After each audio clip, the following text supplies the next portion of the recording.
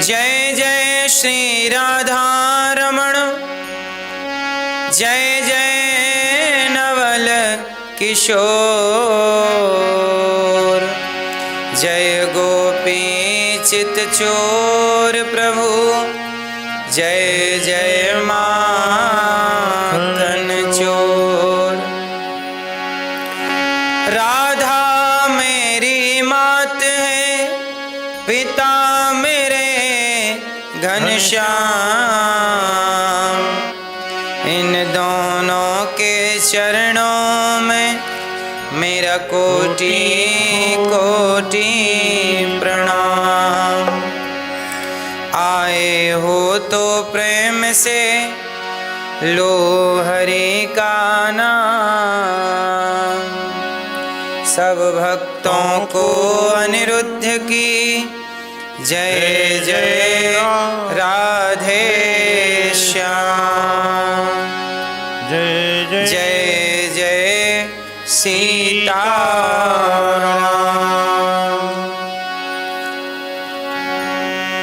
अच्युतं केशवं कृष्ण दामोदरं राम नारायणं जानकी वल्लभम्।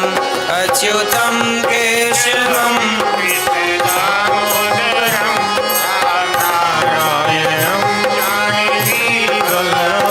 अच्युतं केशवं कृष्ण दामोदरं राम नारायणं जानकी वल्लभम्। अच्युतं केशवं कृष्ण दामोदरं राम नारायणं जानकी वल्लभम्। कौन कहते हैं भगवान आते नहीं, कौन कहते हैं भगवान आते नहीं, कौन कहते हैं भगवान आते नहीं, कौन कहते हैं भगवान आते नहीं। द्रौपदी की तरह तुम बुलाते नहीं, द्रौपदी की तरह तुम बुलाते नहीं। अच्युतं केशवं कृष्ण दामोदरं राम नारायणं जानकी वल्लभम्। अच्युतं केशवं राम दामोदरं राम नारायणं जानकी वल्लभम्। कौन कहते हैं भगवान खाते नहीं, कौन कहते हैं भगवान खाते नहीं, कौन कहते हैं भगवान खाते नहीं, कौन कहते हैं भगवान आते नहीं। किसकी तरह? माँ यशोदा के जैसे खिलाते नहीं, माँ यशोदा के जैसे खिलाते नहीं। श्री कृष्ण गोविंद हरे मुरारी, हे नाथ नारायण वासुदेव। श्री कृष्ण गोविंद हरे मुरारी, हे नाथ नारायण वासुदेव। श्री कृष्ण गोविंद हरे मुरारी, हे नाथ नारायण वासुदेव। श्री कृष्ण गोविंद हरे मुरारी, हे नाथ नारायण वासुदेव। हे नाथ नारायण वासुदेव, हे नाथ नारायण वासुदेव। हे नाथ नारायण वासुदेव, हे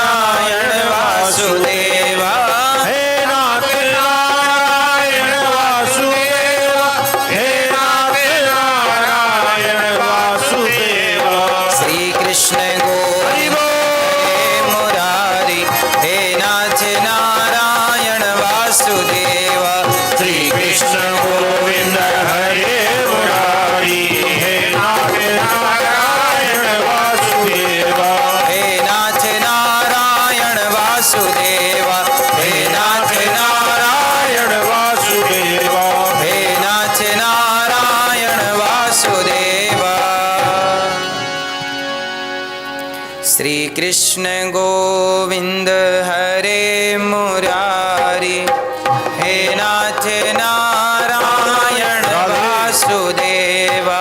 श्री कृष्ण गोविंद हरे मुरारी, हे नाथ नारायण वासुदेवा। बोलिए भक्त वत्सल भगवान की, वृंदावन धाम की, गौरी गोपाल भगवान की। आए हुए सभी भक्तों का बहुत बहुत स्वागत, वंदन, अभिनंदन। सबको जय श्रीमन्नारायण, जय श्री कृष्णा, राधे राधे, जय गौरी गोपाल। कैसे हैं आप लोग? आप सब सदा स्वस्थ रहें और सुखी रहें, यही भगवान से मंगल कामना है। भगवान की पावन कृपा, हनुमान जी के श्री चरणों में, राजा राम भगवान के, राधा कृष्ण भगवान के, लक्ष्मी नारायण भगवान के श्री चरणों में बैठकर भागवत जी की पावन कथा हम नित्य सुन रहे हैं और अपने जीवन को कृतार्थ कर रहे हैं। हमारे पूज्य गुरुदेव भगवान डॉक्टर संजय आर शास्त्री जी, जिन्होंने सुंदर सी कथा का आयोजन यहाँ कराया है, एक बार तालियां बजा के गुरु जी का स्वागत करें। और गुरु जी के द्वारा, डॉक्टर संजय आर शास्त्री जी के द्वारा हम बार बार यहाँ पे कथा का रसपान करते हैं और सत्संग से हम जुड़े रहते हैं। कल हम लोगों ने कथा में सुना कि धुंधकारी नाम का एक पापी, जिसने अपने माता पिता पर अत्याचार किया और वह प्रेत बन गया, और प्रेत बनने के बाद भागवत गौकर्ण जी ने सुनाई तो वो प्रेत योनि से क्या हो गए? मुक्त हो गए।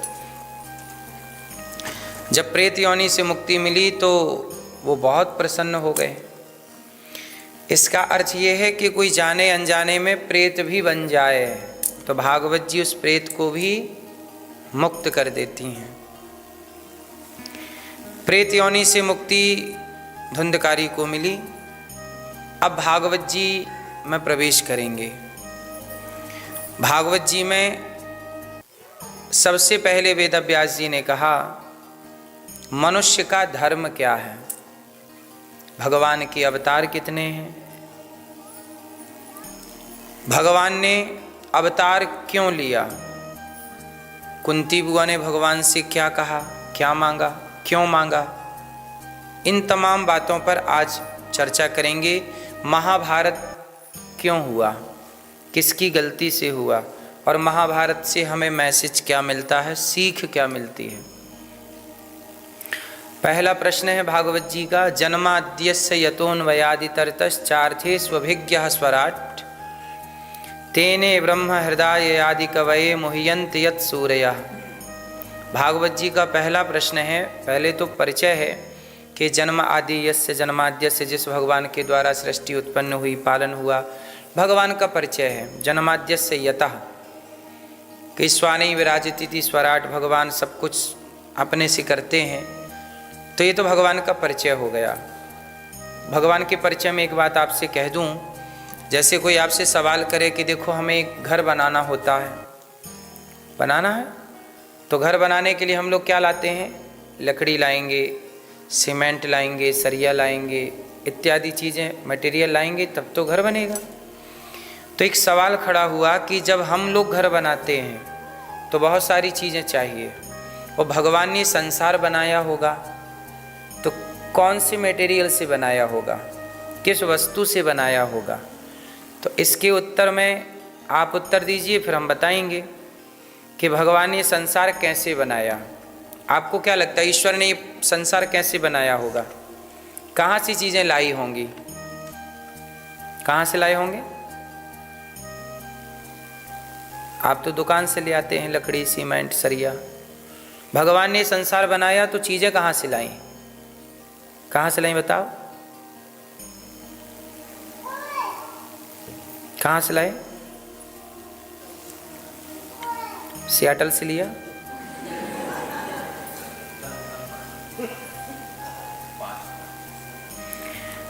अब इसका उत्तर है, जैसे आपसे ये सवाल कोई कह दे कि भगवान ने संसार बनाया तो चीज़ें कहाँ से लाई, तो उत्तर एक ही है कि जैसे मकड़ी देखा आपने, मकड़ी जाला बनाती है, तो मकड़ी जो जाल बनाती है ना वो एक धागे से बनाती है, धागा होता है ना। अब आप मुझे ये बताइए कि मकड़ी वो धागा कहाँ से लाती है, कहाँ से लाई बताइए। हाँ, मकड़ी के अंदर से ही उसका जो लार होती है उसी से वो धागा बनाती है, और वो मकड़ी अपने से धागा प्रकट करती है, उसी धागे पर खेलती है जाल पर और उसी को खा जाती है। तो धागा उसी से प्रकट हुआ, उसी के लिए प्रकट हुआ और उसी ने ग्रहण कर लिया। उसी तरह जैसे मकड़ी से धागा प्रकट होता है, ऐसे भगवान से ही ये संसार प्रकट होता है। तो संसार कहाँ से बना, भगवान से ही प्रकट हुआ।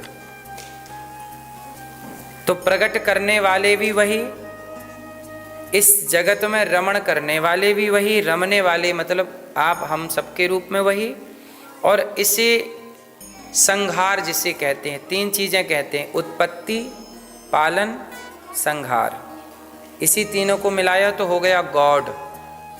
गॉड का फुल फॉर्म क्या हुआ, जनरेटर, ऑपरेटर और डिस्ट्रॉयर। जनरेटर मीन्स सृष्टि उत्पन्न करने वाले ब्रह्मा जी जनरेट कर रहे हैं। ऑपरेटर मीन्स भगवान विष्णु ऑपरेटिंग कर रहे, ऑपरेटर है ना, पालन। और डिस्ट्रॉयर मीन्स भगवान शिव संहारक। तो इन तीनों को जोड़ा तो तीन हो गए ना, GOD, उत्पत्ति, पालन और संहार। ब्रह्मा विष्णु, इन तीन शक्तियों को ही गॉड कहते हैं। तो ये तीन प्रकार की सृष्टियां हैं। शंकर जी, ब्रह्मा जी उत्पत्ति करते हैं, भगवान विष्णु पालन करते हैं और शंकर जी सृष्टि का संहार करते हैं। अच्छा, अब आप लोग ये समझाइए कि उत्पत्ति, पालन और संहार, अब ये बताइए कि उत्पत्ति, पालन, संहार कैसे होता है। हर क्षण क्या है, उत्पत्ति, पालन, संहार। अच्छा ये बताओ अभी क्या चल रहा है, इस स्थान पर अभी क्या चल रहा है, उत्तर दीजिए। अभी प्रेजेंट में, इतनी देर में, जितनी देर में हम चुटकी बजा रहे हैं, इतनी देर में क्या चल रहा है, इसमें उत्पत्ति चल रही है कि पालन चल रहा है कि संहार चल रहा है, क्या चल रहा है? हाँ, तीनों चल रहे हैं। कैसे, आइए से सिद्ध करते हैं तीनों कैसे हैं। देखो, इतनी देर में आपके शरीर में बहुत सारे सेल बन गए, बहुत सारे सेल समाप्त हो गए। इतनी देर में आप ये बताइए, हर क्षण आप बन रहे हैं और हर क्षण आप मिट रहे हैं।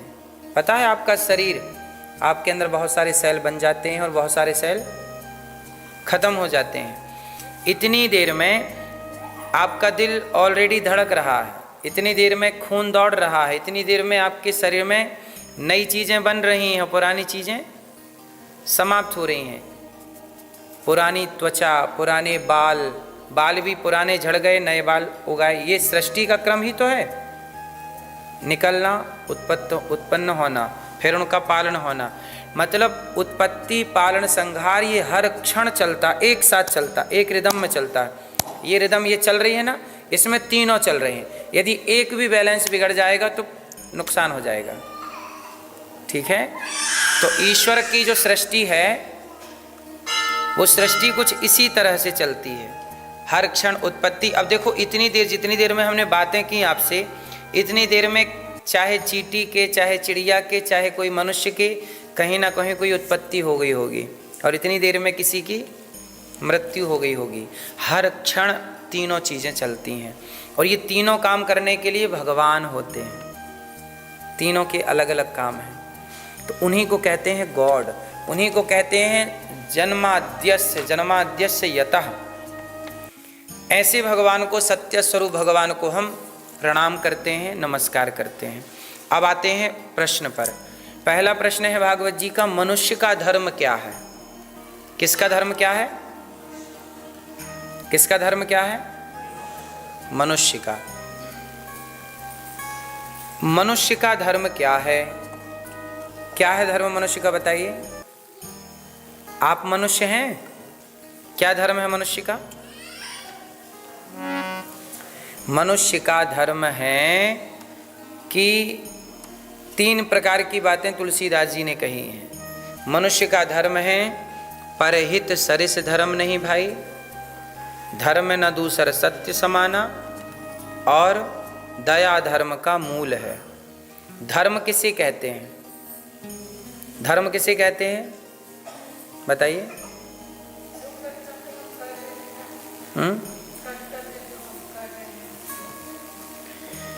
धर्म कहते हैं ये सृष्टि किससे चल रही है।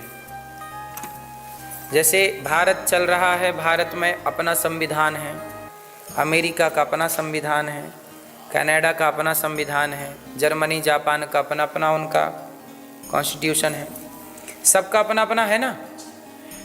लेकिन सबके अपने अपने होने पर भी ईश्वर का एक ही संविधान है। ये पूरी सृष्टि ईश्वर के संविधान से चलती है। कैसे चलती है, आओ इसे सिद्ध करते हैं। ये पूरी धरती किसके संविधान से चलती है? ईश्वर के संविधान से। कैसे? देखो, आप जब अपनी माँ को देखते हैं, अब एक उदाहरण समझ लेते हैं, मूल बातें हैं, इसके बाद फिर आपको ले चलेंगे गहरी कथा में। पहले मूल बात समझ लेते हैं। मूल बात ये है कि ये सृष्टि किससे चल रही है? ईश्वर के संविधान से। और ईश्वर का संविधान क्या है? ईश्वर के संविधान को क्या कहते हैं? धर्म। ईश्वर का संविधान क्या है? जोर से। ईश्वर का संविधान है धर्म, और ये पूरी सृष्टि किससे चलती है?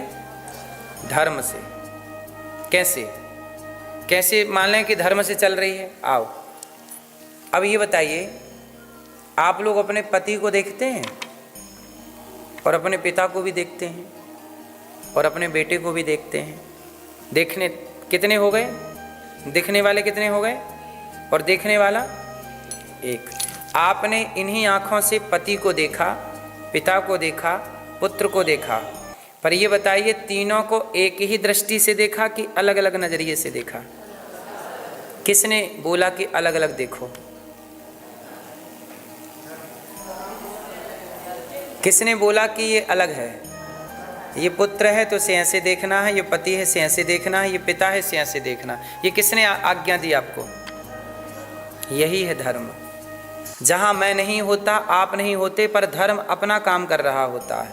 जब आप अपने बेटे को देखते हो तो बेटे को अलग नज़र से देखते हैं, पति को अलग नज़र से। वो नज़र का जो डिवाइडेशन है वो कौन कर रहा है? वही है धर्म। धर्म डिवाइड करता है कि इसे ऐसे देखना है। माँ को हम कैसे देखते हैं और पत्नी को कैसे देखते हैं, दोनों को देखने में अंतर है। और ये हमें कौन कह रहा है अलग अलग देखने की इजाज़त? ये धर्म है। जैसे एक लड़का है, वो अपनी बहन को भी देखता है, उसकी जवान बहन, सुंदर बहन है, उसे देखता है तो उसे देख करके उसके अंदर कोई वासना जागृत नहीं हो रही है, बहन है। और उसी उम्र की लड़की चौराहे पे दिख जाए तो वो उसे छेड़ने लग जाता है, गलत गलत कमेंट करने लग जाता है, बोलने, जबकि उसी उम्र की है। वो भी खुद की बहन को बहन मानता है और दूसरे की बहन को छेड़ता है। अपनी बहन को क्यों नहीं छेड़ रहा है? किसने रोका उसे? जबकि वो घर में भी अकेला है, कोई नहीं है, घर में भाई बहन दोनों हैं, पर अपनी बहन को नहीं छेड़ता। क्यों? किसने रोका है? धर्म ने। उसे धर्म ने ही कहा कि तेरी बहन है, इसके साथ कैसे व्यवहार करना। और जिस दिन धर्म मर जाएगा उसके अंदर का, उस दिन वो बहन को भी छेड़ लेगा। तो जब तक आप अपनी बहन को नहीं छेड़ रहे हैं, समझ लीजिएगा कि आपके अंदर धर्म जिंदा है। और जिस दिन आपके अंदर धर्म मर जाएगा उस दिन आप अपनी बहन को भी। तो आप इंसान तब तक हैं जब तक आपके अंदर धर्म है, और जिस दिन आपके अंदर धर्म मरा उस दिन आप क्या हो जाएंगे? शैतान, जानवर। जानवर नहीं देखता ना। अब जैसे कुत्ता है, कुत्ता नहीं देखता कि ये मेरी बहन है या मेरी माँ है। जवान होकर के कुत्ता तो अपनी बहन अपनी माँ के साथ संबंध बनाने लग जाता है, क्योंकि कुत्ते के पास धर्म नहीं है।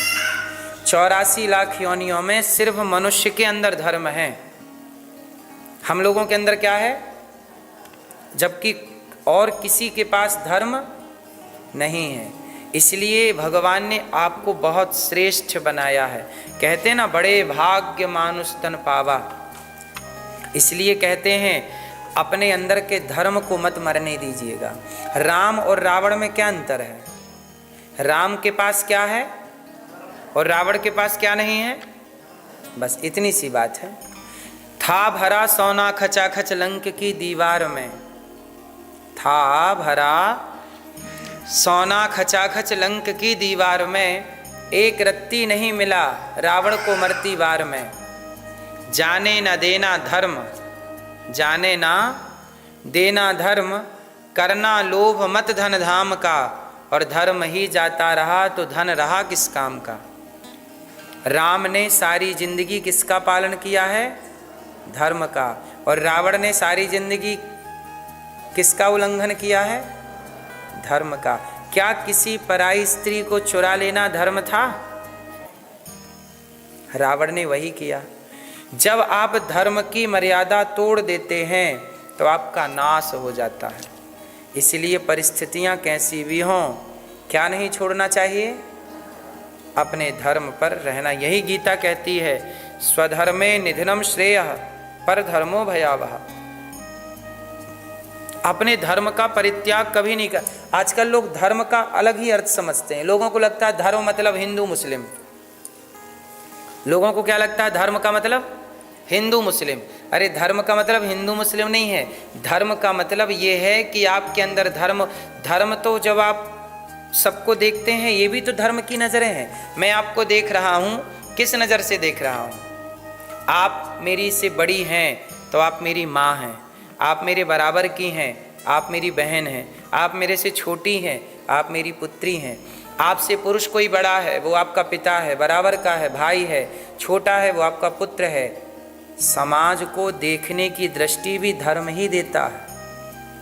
आज यदि धर्म से सब लोग चलने लग जाएं तो चोरी कौन करेगा? गलत नियत से किसी कौन देखेगा?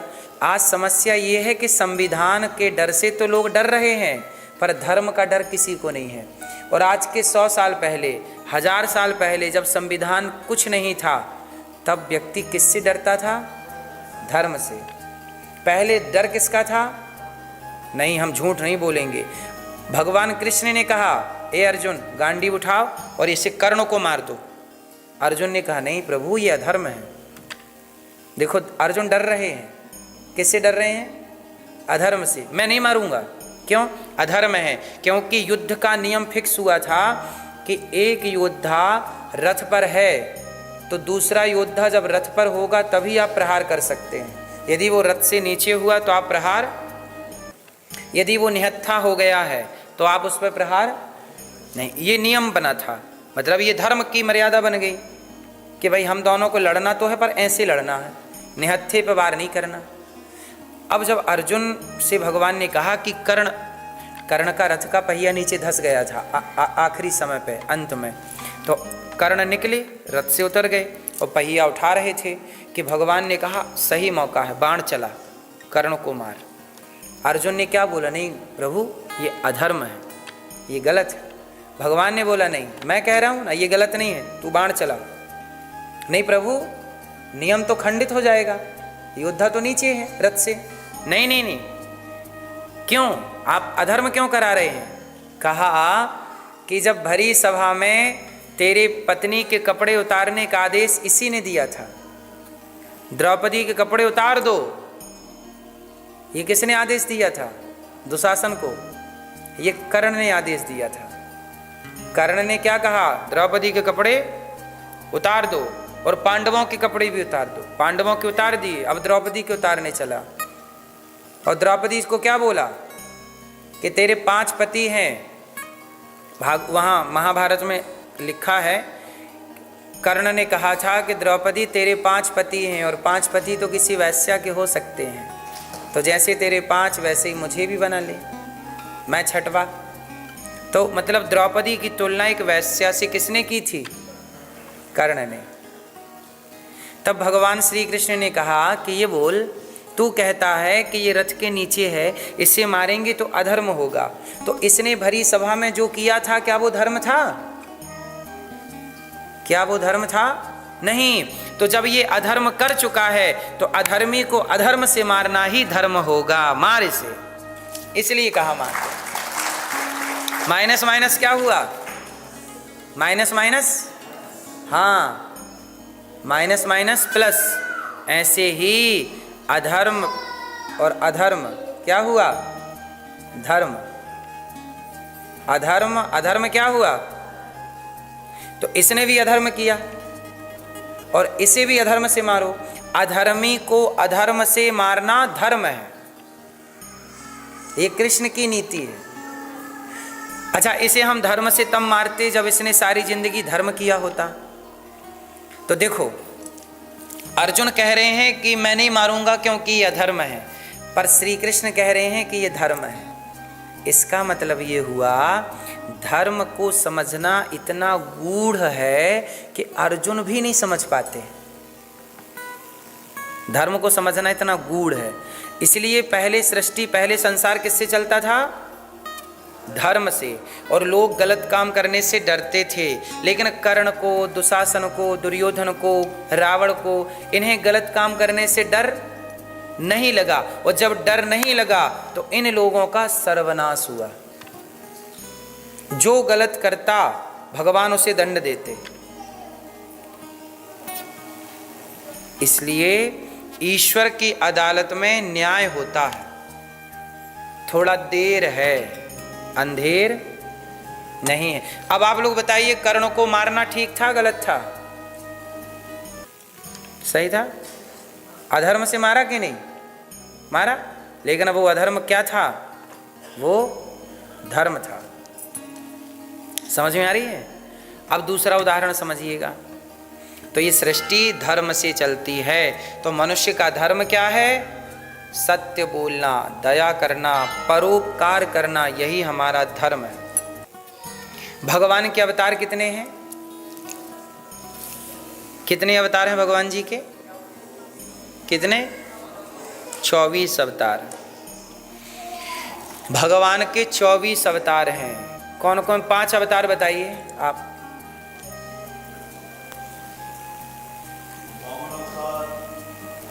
आपसे अभी नहीं पूछे, अभी पूछेंगे, अभी इनसे। अब इनका नंबर है पीछे वाले का।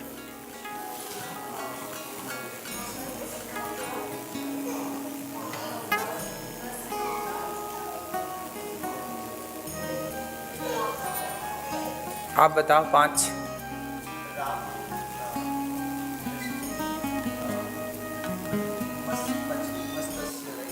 मत्स्य। अब आप बता लो। 5 अवतार बता।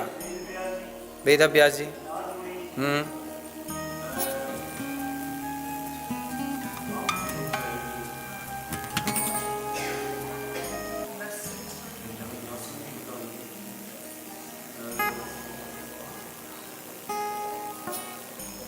बामन ही कह दो। इतनी देर में तो ट्रेन निकल जाएगी।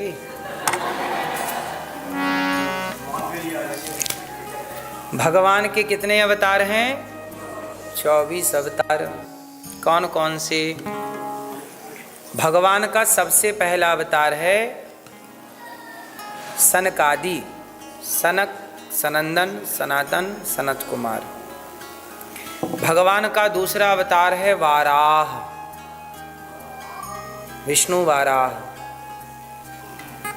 नारायण, नारद, हरि, कपिल देव, श्री राम, हंस, हयग्रीव, मोहिनी, दत्तात्रेय, सुखधाम, नरसिंह, वामन, व्यास जी, ऋषभ देव, कौमार, यज्ञ, पुरुष, धनवंतरी, बुद्ध, कल के अवतार, पृथु राजा, बारह, पुनि, कृष्ण चंद्र भगवान, परशुराम, मत्स्य, कमठ। ये भगवान के 24 अवतार हैं। अच्छा, भगवान के हर अवतार के पीछे एक हेतु है। जैसे वाराह भगवान का अवतार हुआ, तो 12 भगवान के अवतार का हेतु था हिरण्याक्ष ने पृथ्वी को चुरा लिया। हिरण्याक्ष ने पृथ्वी को, अब यहाँ एक सवाल है, पृथ्वी को कोई चुरा सकता है? अब देखो, अब ये किसी वैज्ञानिक से कहो कि भाई भगवान एक राक्षस ने पृथ्वी चुरा ली और चुरा के समुद्र में छिपा दी, वो कहेगा तुम पागल हो। भाई विज्ञान की कसौटी में तो ये खरा नहीं उतर रहा है, पृथ्वी को कैसे चुरा सकता है? लेकिन ये जानकारी अधूरी है, आओ इस जानकारी को पूरा करते हैं। अच्छा ये बताओ, पृथ्वी चुरा ली, चोरी हो सकती है पृथ्वी की? तो कैसे लिखा है कि चुरा ली? और फिर 12 भगवान आए और यहाँ रख के, दाढ़ों में रख के पृथ्वी लेके आए। क्या था वो? क्या हमारा सनातन साइंटिफिक नहीं है? और साइंटिफिक है तो फिर ये क्या है? इसे कैसे समझेंगे? इसे समझने के लिए इसके पहले एक बात समझनी पड़ेगी, जब वो बात समझ में आ जाएगी तो ये बात समझ में आ जाएगी। आओ समझते हैं। अब हनुमान जी को देखो पहले एक बार, देखो हनुमान जी का रूप कैसा है? किस रूप में है हनुमान जी? हनुमान जी किस रूप में है? क्या हनुमान जी वानर हैं? नहीं, हनुमान जी बंदर नहीं है, बंदर के रूप में है। गंगा नदी नहीं है, नदी के रूप में है। राम जी मनुष्य नहीं है, मनुष्य के रूप में है। कुछ समझ में आया? ऐसे ही जैसे गंगा, अब गंगा तो भीष्म पितामह की माँ है, शांतनु जी की पत्नी है, तो नदी किसी की पत्नी कैसे हो सकती है? कॉमन सेंस है ना, सीधी सी बात पूछी जाए तो नदी किसी की पत्नी, पर नदी का वो रूप है, माता अलग है उस रूप से। नदी गंगा मैया अलग हैं, वो जब चाहे उसमें घुल जाए, मिल जाए, जब चाहे वो अलग हो जाए। समझ में आ रहा है? जैसे राम मनुष्य नहीं है पर मनुष्य के रूप में है, समझ में आ रही है?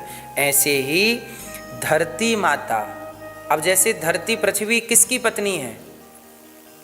बताइए, पृथ्वी किसकी पत्नी है? विष्णु पत्नी। भगवान श्री कृष्ण की जो तीसरी पत्नी है, तीसरी पत्नी कौन है? पहली पत्नी रुक्मणी जी, दूसरी पत्नी जाम्बवती जी, तीसरी पत्नी सत्यभामा जी। तो जो सत्यभामा हैं वो पृथ्वी ही है। तो भगवान कृष्ण की तीसरी पत्नी कौन है? धरती माता। और ये धरती माता है, तो धरती का रूप है ये, माता का रूप अलग है, माता अलग है, वो ये रूप अलग है। तो जो हिरण्याक्ष ने चुराया था वो धरती माता को चुराया था, ना कि इस धरती को।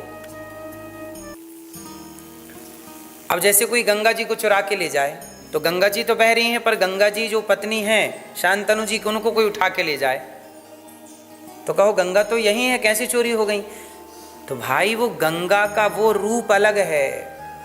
समझ रहे हैं अब हम जो समझाना चाह रहे हैं? दो रूप हो गए ना वहां पे, एक अंश है, एक अंशी है। जैसे आप दर्पण में दिख रहे हैं, मेरा चित्र किस में दिख रहा है? तो दर्पण में जो दिख रहा है वो क्या था? वो प्रतिबिंब है। वो मेरा क्या है? वो मेरा क्या है? अब कोई दर्पण चुरा के ले जाए, बोले इसमें तो अनिरुद्धाचार दिख रहे थे, अनिरुद्धाचार चोरी हो गए।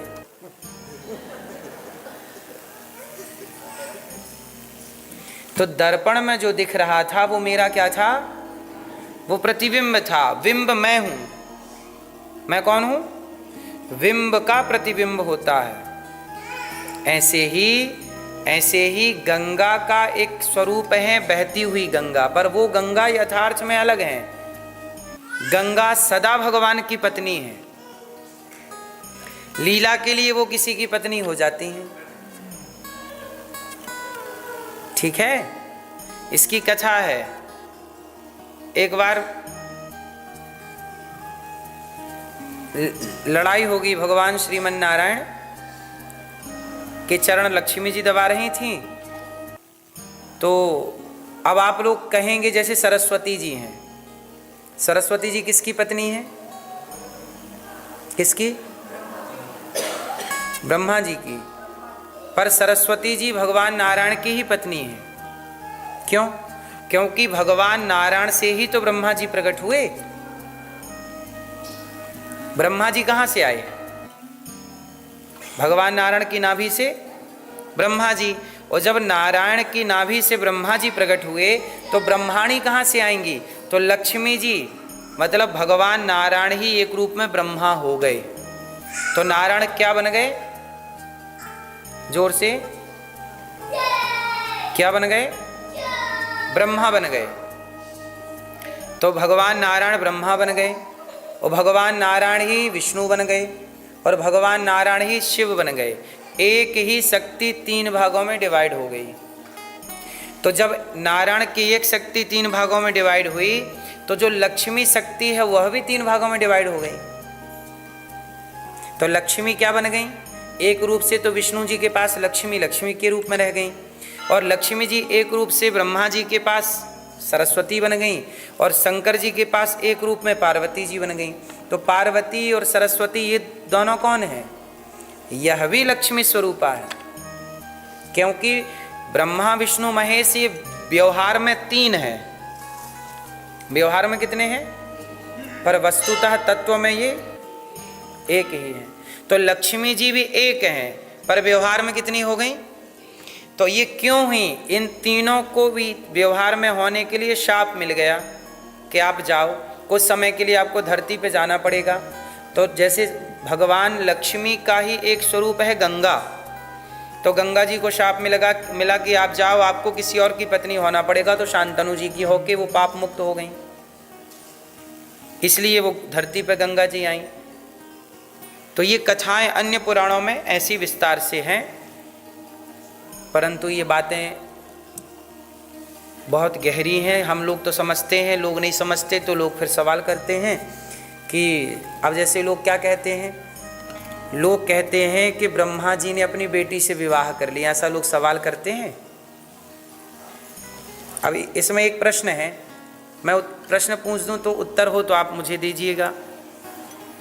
बताइए, सरस्वती जी के पिता कौन हैं?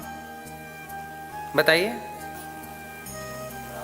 सरस्वती जी के पिता कौन हैं? खुल के बताइए। ब्रह्मा जी। ऐसा आप लोगों को पता है सरस्वती जी के पिता कौन हैं? जोर से तो बताओ फिर। सरस्वती जी के पिता ब्रह्मा है तो माँ कौन है? उत्तर।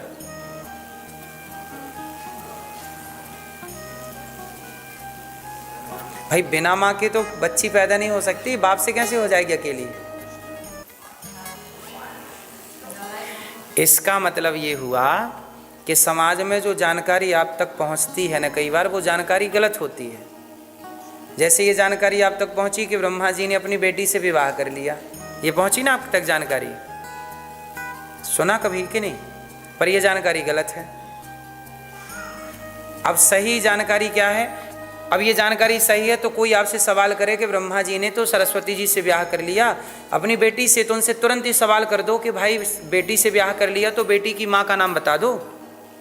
भाई बेटी है तो माँ भी तो होगी, तो माँ का नाम नहीं बता पाएंगे। इसका मतलब ये जानकारी गलत थी। अब सरस्वती कौन है? ब्रह्मा जी मोहित किस पे हुए? तो सुनो, जैसे कई बार आप जब श्रृंगार करती हो मैया अपना, तो आप जब अपने आप को दर्पण में देखती हो तो कई बार आप इतनी सुंदर लगती हैं अपने को कि आप अपने से मोहित हो जाती हैं। आज मैं कितनी सुंदर लग रही हूँ, ऐसा होता है कभी कभी? बोलो हाँ।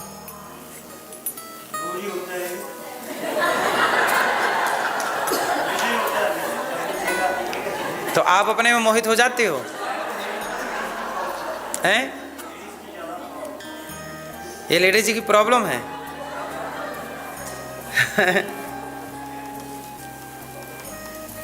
अच्छा, कई बार आप अपने नॉलेज में मोहित हो जाते हो। वाह मैं इतना जानता हूं, वाह मेरे पास इतना ज्ञान है। ये क्या हो जाना है? अपने रूप पर स्वयं मोहित, अपने पे ही मोहित हो गए। ऐसा होता है कि नहीं?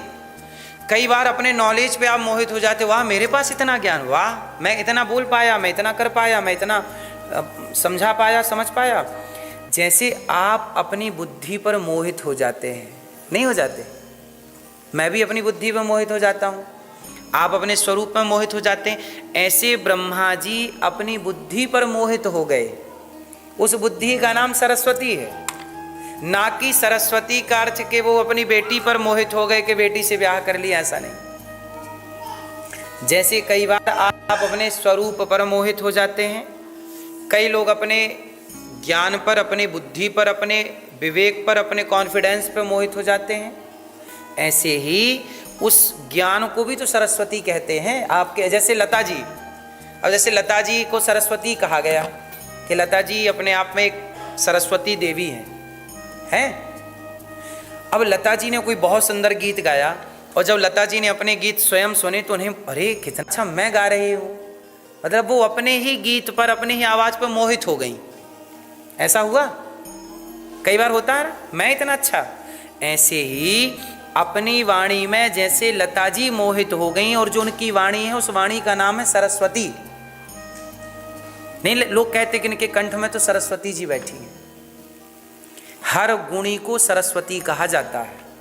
आपके पास जिस तरह की भी विद्या होगी, टैलेंट होगा, उस टैलेंट को, उस विद्या को क्या बोला जाएगा? ये सरस्वती है। तो ब्रह्मा जी अपनी ही बुद्धि पर मोहित हो गए, अपनी बुद्धि मतलब अपनी ही सरस्वती पर मोहित हो गए। ये बात थी वहां पे, ना कि अपनी बेटी पर वो गलत भाव से मोहित हो गए। अब देखो दोनों बातें अलग अलग हो गई कि नहीं? हो गई। लेकिन ना जानने के कारण लोग इतना गंदा आरोप भगवान पे मढ़ देते हैं, खुद मूर्ख हैं, और खुद की मूर्खता किस पर थोप रहे हैं? भगवान पर। और फिर सनातन को बदनाम करेंगे कि सनातन में तो ऐसा लिखा है, सनातन तो ऐसा है, सनातन तो वैसा है, जबकि समझ कुछ नहीं है। तो ये है कंफ्यूजन। समझ में आ रही है? तो 12 भगवान ने हिरण्याक्ष को मारा और पृथ्वी को मुक्त किया। पृथ्वी को मुक्त किया का मीन समझ गए? पृथ्वी का वह अंश, ठीक है?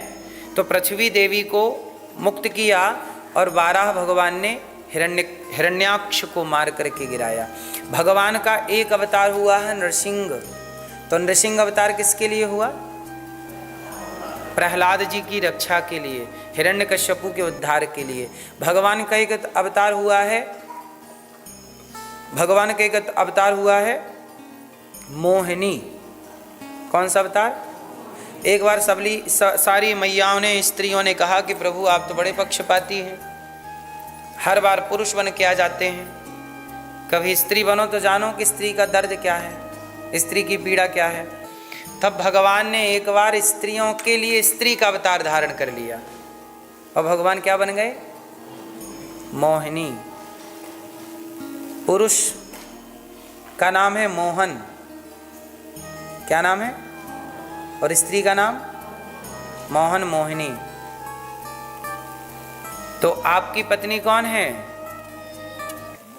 मोहिनी अवतार, मतलब वो भी एक नारायणी है, नारायण ही है, वो भी भगवान का क्या है? इसीलिए पत्नी को क्या मानते हैं? पत्नी को क्या मानते हैं?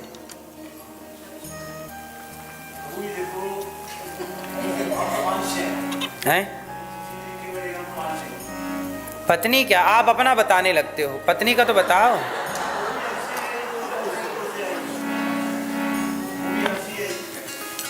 पुरुष भी ईश्वर का रूप है और स्त्री भी ईश्वर का रूप है, अंश कह रहे हैं, ये भी सही है।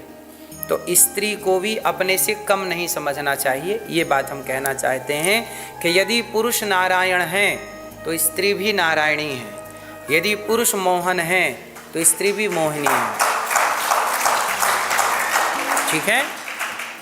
तो स्त्री भी भगवान का एक अवतार क्या हुआ है? मोहिनी। तो आपकी पत्नी उस ईश्वर के उस अवतार की दृष्टि से देखना चाहिए कि आपके लिए ही भगवान ने आपकी इस पत्नी का अवतार लेकर आपके सम्मुख हैं, इस भाव से। तो गृहस्थ में रहकर भी भगवान को कण कण में देखना चाहिए। तो भगवान का एक अवतार हुआ है स्त्री,